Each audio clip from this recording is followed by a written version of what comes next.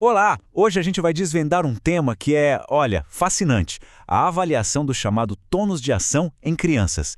É basicamente uma forma de decodificar os sinais que o corpo nos dá sobre o desenvolvimento neurológico. Vamos mergulhar nisso juntos?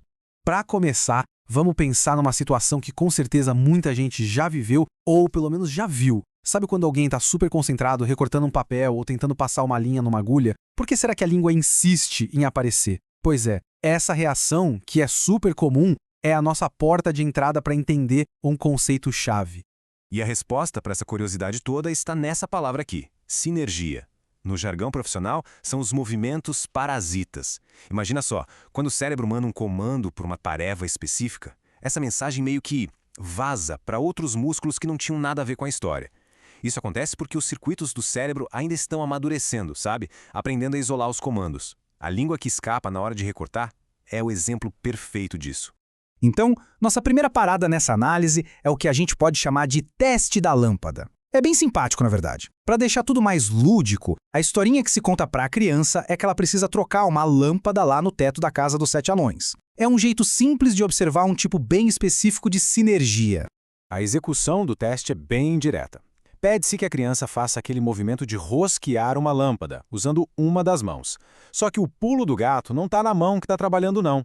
O ponto crucial, o que realmente interessa, é observar com muita atenção o que acontece com a outra mão, a que deveria estar em repouso.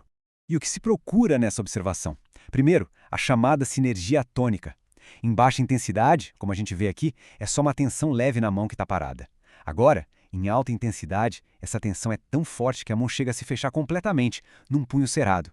É uma resposta pura de tensão muscular sem nenhum movimento. Mas a coisa não para por aí. Essa sinergia pode ir além, se tornando o que a gente chama de tônico-motora. Nesse caso, a mão em repouso não fica só tensa. Ela se move. Em baixa intensidade podem ser pequenos espasmos, sabe, uns movimentos bem sutis. Já em alta intensidade, a mão que estava quieta simplesmente imita a outra. É como se estivesse trocando duas lâmpadas ao mesmo tempo. É o cérebro espelhando a ação de um lado para o outro.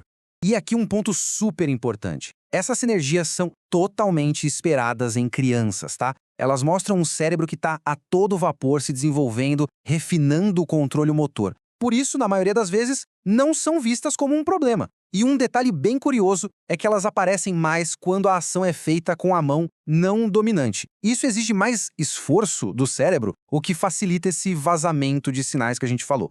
Bom, agora que já entendemos essa sinergia entre as mãos, vamos ampliar um pouco nosso foco. Vamos ver como as diferentes partes do corpo conversam entre si, conectando o centro do corpo, como a boca, com os membros, tipo os braços e as pernas. A sinergia axial é fascinante porque ela é uma via de mão dupla. Ela pode ir da periferia para o eixo, como no nosso exemplo clássico da tesoura e da língua. Mas o caminho inverso também acontece. Um estímulo no eixo do corpo, por exemplo, pedir para a criança dar um grito bem alto, pode gerar uma resposta lá nas extremidades, como tensionar as mãos. E para fechar essa parte, ainda existe a sinergia de coordenação. Aqui a conexão é ainda maior, ligando braços e pernas. É o que acontece quando o movimento pedido em um braço acaba provocando sem querer uma reação na perna do outro lado. Isso mostra bem como os hemisférios do cérebro estão se comunicando. Certo. Agora a gente mude um pouco o foco. Vamos sair das sinergias para entrar na avaliação das respostas automáticas do corpo a coisas que acontecem de repente. Vamos dar uma olhada em como se testa a chamada repercutividade postural.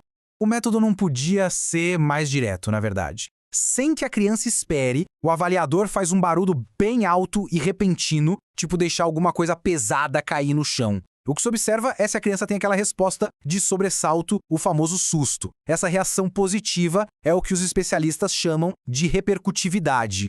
Chegando na nossa parte final, vamos falar de equilíbrio, mas de um jeito bem específico. Como é que o corpo consegue manter a estabilidade e a noção de onde está no espaço sem a ajuda da visão?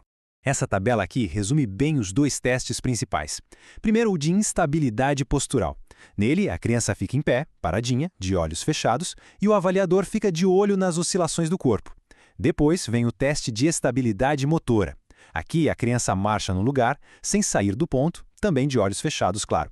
E o objetivo é ver se ela se desloca muito do lugar, se gira ou se perde o eixo, já que a referência da visão não existe mais.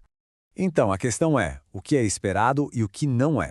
É super normal que o corpo balance um pouco ao ficar de pé ou que a criança saia de um ponto marcado enquanto marcha de olhos fechados, afinal, a informação espacial faz muita falta. O que acende um sinal de alerta é a necessidade de abrir os olhos, perder totalmente o equilíbrio ou, claro, cair. Isso pode indicar que sistemas como vestibular ou cerebelar talvez precisem de uma investigação mais a fundo. Para a gente fechar, é muito importante entender a filosofia por trás dessas avaliações. Como diz aqui, não se trata de um teste de passou ou não passou. São, na verdade, ferramentas de observação. São como pequenas janelas que nos permitem espiar complexidade e toda a jornada de amadurecimento do sistema neurológico. E tudo isso nos deixa com uma reflexão, né? De um simples movimento involuntário da mão até o jeito como a gente se equilibra no escuro, o nosso corpo está o tempo todo se comunicando. A questão que fica no ar é que outros sinais a gente acaba deixando passar simplesmente por não saber como interpretar.